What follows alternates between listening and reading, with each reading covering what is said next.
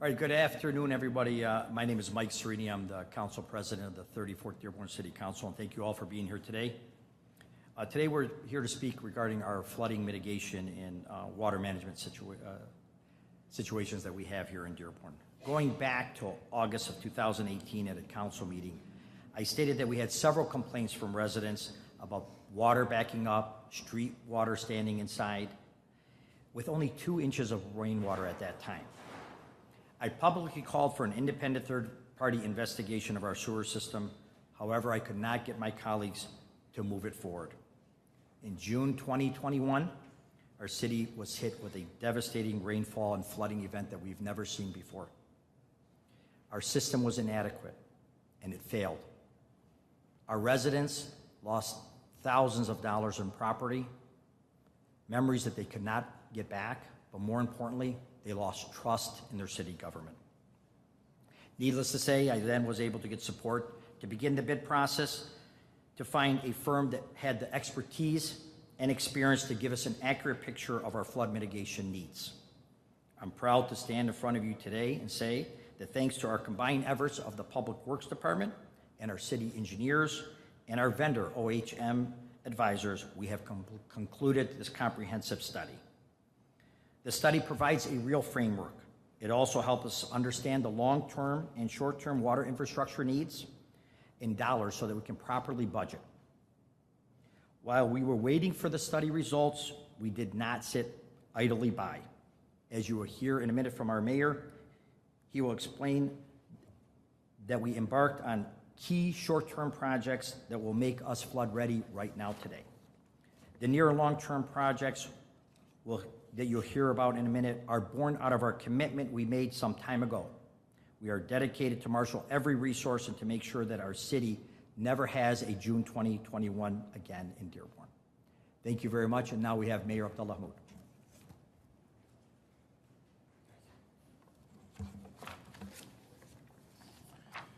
Good afternoon. I'm asking you to bear with me. This is a longer than traditional press conference that I'm typically hosted, but we want to walk you through actually a PowerPoint presentation of sorts that'll highlight what we've been doing and what we have yet to do. So this month actually marks a little over 4 years since Dearborn experienced that widespread catastrophic flooding in 2021. And just a few months after that, I was elected to serve as the mayor of the city on the promise that we would better prepare our city for flood events and heavy rain events in the future. To date, we've invested over $25 million in flood preparedness and stormwater management, and we're only getting started.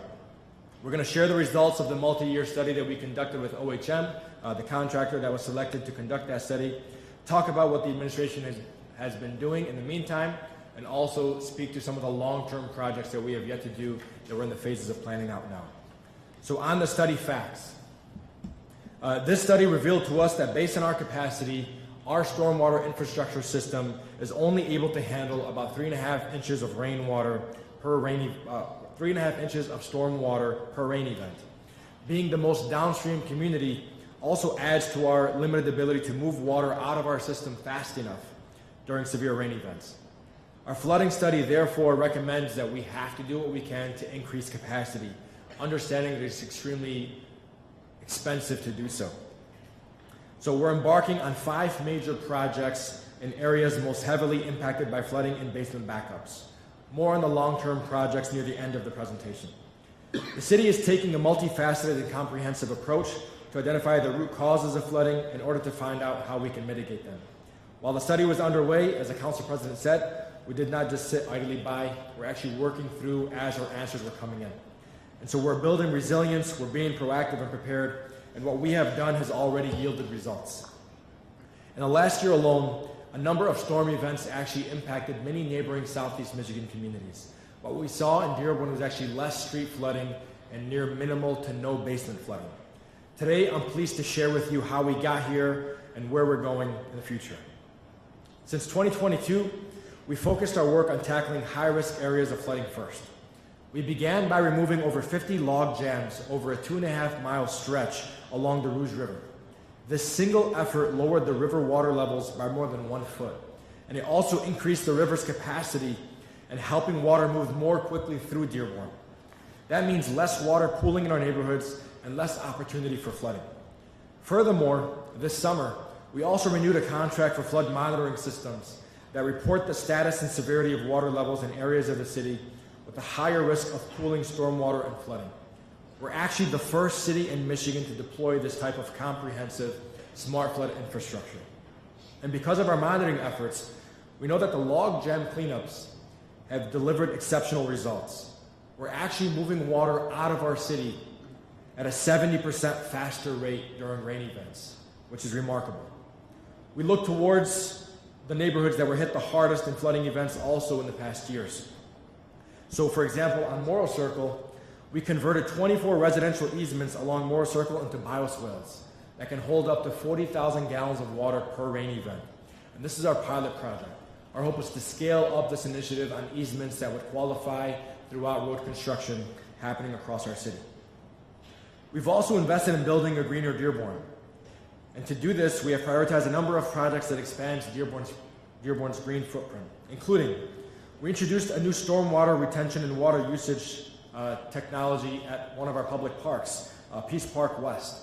Underground at Peace Park West are actually 4 tanks that store 15,000 gallons of water each, allowing us to store up to 60,000 gallons of rainwater. That rainwater is naturally filtered and actually goes back to be utilized through our irrigation system. So the rainwater we're collecting at this park is literally recycled back to help grow all the greenery that we have across this park system. It's pretty impressive and pretty remarkable to see in real time. We've installed permeable pavements in many of our parks where the work has begun, and are also working on new green infrastructure pathways. Trees are actually one of our greatest tools, which is why we've invested more city dollars in trees than ever before historically. We've even launched a free tree program to any resident that would like. Not only free trees in your easements, but also free trees onto your private properties, which you don't hear happening in any other city across Michigan. We've worked in the South End with our partners at the schools, in particular Salina School, to construct the Green Schoolyard program. We helped secure over $2 million in resources through the state budgeting process to help expand the Green Schoolyard program, which assists with absorbing more rainwater than ever before on the Salina School property. And as a city, we continue to work with partners like Friends of the Rouge to plant rain gardens throughout our city. We actually have several on city properties, including a Centennial Library, Bryant Library, and more. And they also assist in educating residents on how to do the same. We hosted free rain garden courses for many of our residents and anybody that would like to participate in contract with Friends of the Rouge. But we know that this is not enough, which is why we're also investing directly into our stormwater system. The city's engineering division continues to clear out the Colson-Palmer line. This is actually a 12-foot wide pipe that over the years has become clogged with debris. The line was originally intended to transport up to 7 million gallons, but presently we only have capacity to store about 3 million gallons of rainwater per storm event. By restoring it to its full service, the city will be able to add to its capacity by an estimated 4 million gallons of stormwater per rain event. That work is ongoing and happening right now. We're committed to working with our contractors to progress that clearing of the pipeline and for years to come. We've also hired within our Public Works division a 4-person team that will go through the over 11,000 catch basins across our city to clear them out with our Vector trucks, ensuring that water can escape clearly to the nearest catch basins. Now, additional projects that we're doing in the short term. We're planning on forced mains or pumps at Baby Creek and Miller. We've investigated 2 forced mains or pumps at key locations in the east and south end. These will be utilized only in cases where we have a catastrophic rain event that has overwhelmed our systems and indicating that we're on the verge of potentially flooding across our city. In short, what these pumps will allow us to do is push out water at a far faster rate out of our system and into the river, clearing water much faster. And just last week, we successfully tested a decommissioned outfall pipe at the Miller pumping station as part of this investigation. These 2 forced mains will affect over 12,600 homes in the eastern part of Dearborn. Additionally, we're also working on grade protection stations and flap gates. Thanks to a federal grant, 4 flap gates and 2 pumps will be installed in the eastern Dearborn Sewer District, serving neighborhoods roughly bound by Michigan Avenue, Greenfield Avenue, Warren Avenue, and Chase Road. These structures will act essentially as a backflow preventer for an entire neighborhood, isolating the sanitary sewers in these neighborhoods from the combined sewer system. We're expected to protect roughly 13,600 residents, or a little over 3,200 homes, from basement flooding for storm events similar to what we saw in 2021. And for a reminder for those who might not be aware, in 2021, we received a little over 5.8 inches of rainwater in that 24-hour period. For reference, some 20,000 homes flooded in 2021 in total. These same neighborhoods in the East End will see hundreds of new manhole covers that will also direct rainwater away from the sanitary system into dedicated stormwater lines. We're also planning the construction of 2 new stormwater lines to serve that area. After these short-term efforts, which are already underway, we will ensure that even when streets flood, basements do not. What do we want to do in the long term? This is a long-term project in the long-term horizon. As the council president alluded, we had OHM conduct our study to give us a fuller picture of our infrastructure needs. Not only to provide us information on what went wrong, but most importantly, what we have to do to get it right. And ultimately, what it recommends is that sewer separation is the most cost-effective solution that will also attribute to us adding capacity to our system across the city. Out of this recommendation comes our first design for a massive new stormwater line project we're calling Notre Dame, or Project 1. This massive project alone will affect some 800 acres throughout our city. And because any drop of rainwater taken out of the combined sewer system is a way to increase capacity in the entire system, this will have drastic effects for the entirety of the capacity across our city. We're already in talks with Ford Motor Company, Greenfield Village, and the county about moving this ambitious project forward. We have 4 more such projects that we will plan, design, and construct in the years to come. To pay for these projects, we also have an agreement in place now with the Army Corps of Engineers. We were placed in the congressional budget, in particular the WORDA budget, that happens once every 2 years, thanks to our Congresswoman and to our U.S. Senators. That triggers the Army Corps of Engineers to come into the city of Dearborn and to conduct a thorough investigation. Upon doing so and upon completion, what tends to happen is the Army Corps of Engineers can then submit to a following congressional budget a large grant that will assist the city of Dearborn in paying for these projects. Our message today is clear, that this is just the beginning, that we've been working over the last 4 years on addressing flooding concerns. We're doing the basics better, and we're also investing in short-term and long-term solutions to give residents the confidence to continually invest within the city of Dearborn.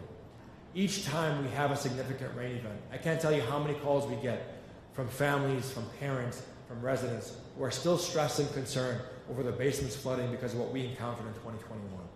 And to the council president's remarks, much of the damage that occurred in that time in people's basements also dealt with memorabilia that was priceless that they will never be able to regain. And so our hope is that we do more than just instill confidence, that we demonstrate in short and long-term efforts through the dedication of multi-million dollars of resources through these efforts, the confidence that flooding is to occur at a far less likely rate within the city of Dearborn by adding capacity. We're working with our county partners, we're working with our state partners, and we're working with our federal partners to ensure that we can receive the resources necessary to tackle these events. And so at this time, I'll open it up for any questions.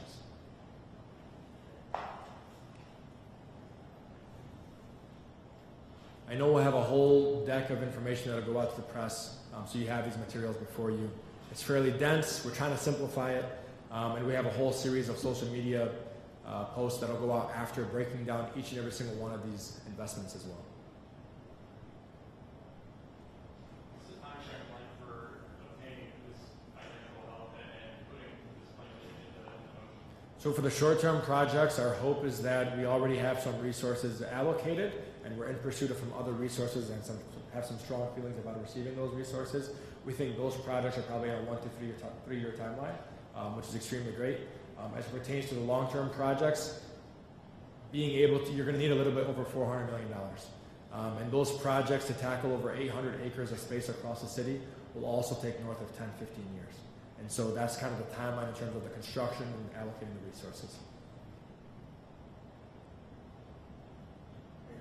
Can you speak a little bit to things that maybe you spoke on the council part?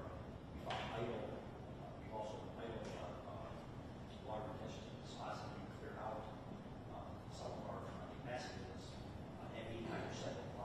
Yeah. How much does that help us now? Yeah, I mean, flooding is essentially a mathematical equation. And the reality is, as much floodwater as we have down, you have to be able to store this.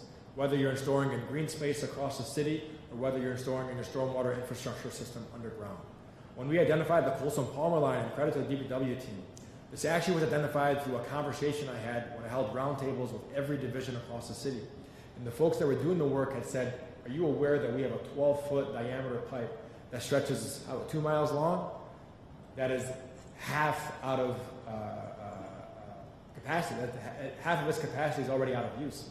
And when we sent a team down there to look through it, that's exactly what it was. And so to take a line that was designed to hold 7 million gallons of water that we already have constructed, to just clear out the debris and construct a flood wall, that will add 4 million gallons immediately without having to add any new lines to our system. So those types of investments are the best bang for your buck.